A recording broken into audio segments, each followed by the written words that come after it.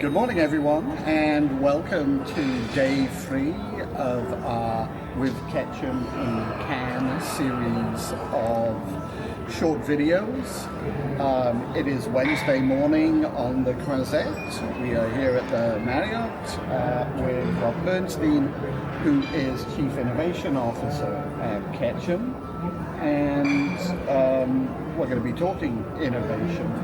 And I think, if you don't mind, I'm going to start with the notion that I'm not seeing as much of it as I expected to.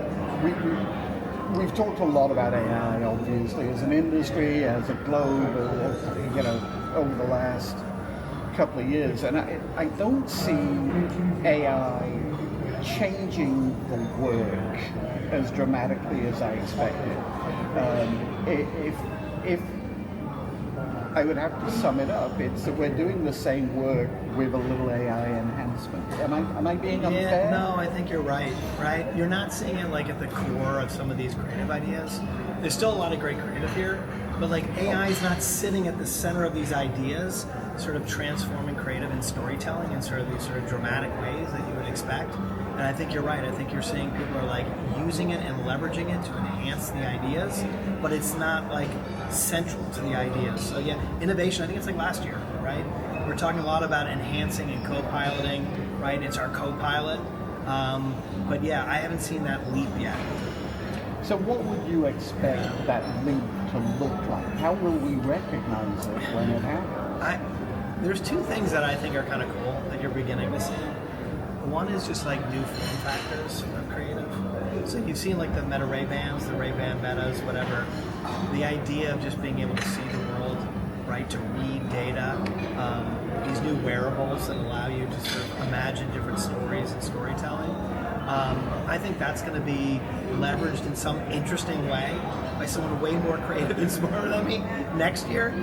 I think the other thing is just immersive storytelling, because one of the things that is so powerful about AI is its ability to take an image or video and just like magically turn it into something bigger, greater.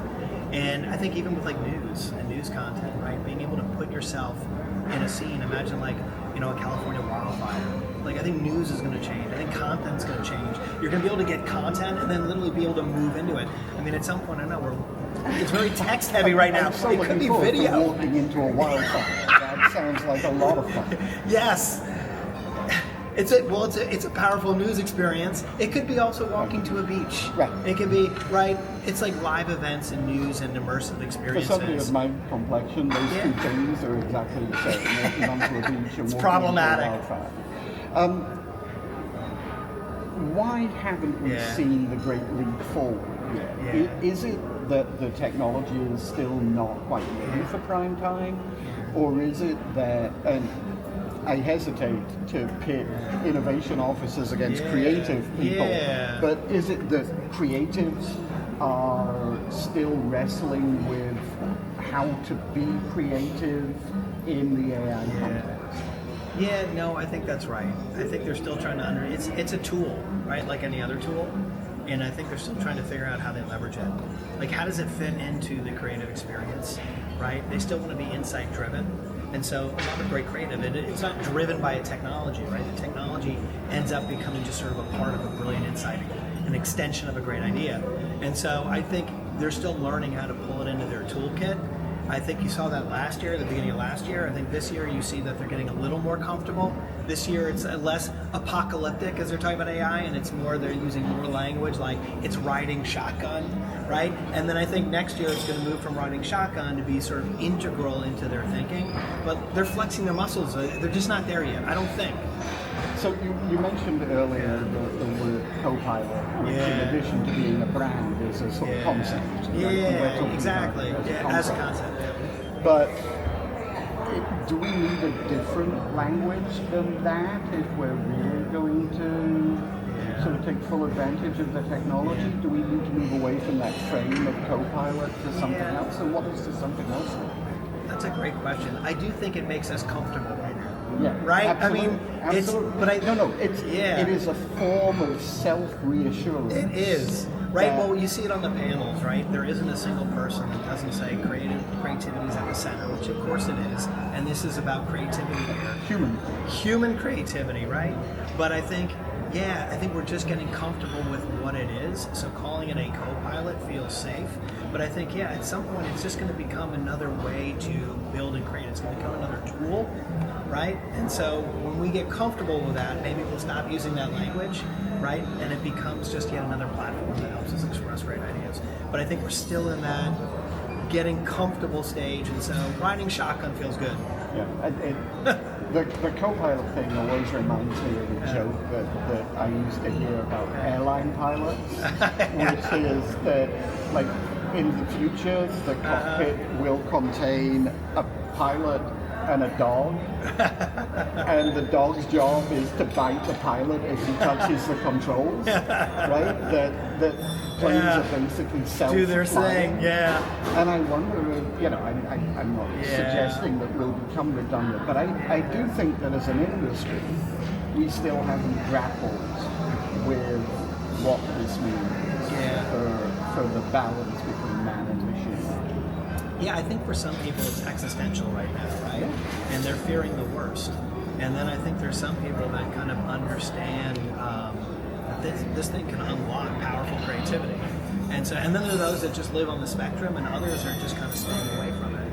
I don't know that it's gonna live at either extreme, but it's just like any other technology. When it rolls out, you have to see how it plays out. We told about adapting, right? I always like telling the story of, like, when cars rolled off the assembly line for the first time, there were people screaming, "This is gonna, is this gonna scare the horses?" It's like, yeah, gonna scare the horses. That's the wrong question, right? You got to get in the car.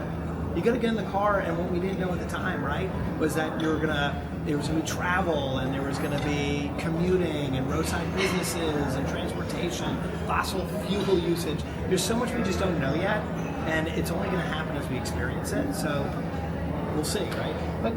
We'll finish by talking a little bit about what AI is already doing and going to do to the media. Because obviously there are a couple of things going on, one of which is that AI search is giving a lot of emphasis to earned media. But at the same time, it's also reducing traffic to earned media sites. How do you see the future evolving in terms of tradition? I hate the term traditional media because I don't know what that is anymore, right? Yeah, listen, we know that people want truth and validity, right? We don't want deep fakes and fake news, right? People want answers. I think, and that comes from third-party sources. It comes from publications like your own. That stuff is what drives generative AI, right? The irony, as we know right now, is that people are getting answers. Like Gen AI will take, right, when you run a search, all these great sources and then give you a truth. And we know like more than 60% of all people then don't click through. So for publishers, that's a real challenge. What does that mean? They're a business. They need to serve ads. They need traffic, right? So the business model of news and news media is going to have to shift. And so what does that mean, right? Is it going to get licensed by these platforms because they need it? Without news, what are they? That's what they feed on. So it's going to have to work itself out, and publishers, though, are at the core of what we learn. I think it's a renaissance for PR because, it's driven by earned. It's driven by third-party validity. And so it's exciting times. I tell comms, leaders all the time, you need to jump on this. Search is a reputational space now. It's content. It's not a bunch of links. When we were growing up, you had to go to the library, right, to get stuff. Great World Book Encyclopedia was there, and you grab it. Millennials got Google, and they click through links. My kids look at Google like going to the library. They just want answers, but they want the right answers. So, again, I think like everything else, we'll see how it plays out. But I think we agree the future is going to be bright still for publishers, but we're going to go through some motions, and hard to say what that's going to be. And just to wrap it up, is there anything that you've seen, sort of on the beach or at the Palais that looks to you like an interesting version of the future? The session that I loved the most was called Accessibility Drives Creativity. It was Meta partnering with the Chief Brand Officer of Europe, P&G, and they were talking about people with visual impairments and how AI is actually doing something dramatic for an audience where, when you'd go to a website, if you couldn't see it, you'd get a weird thing behind an image, an alt tag that would say beach.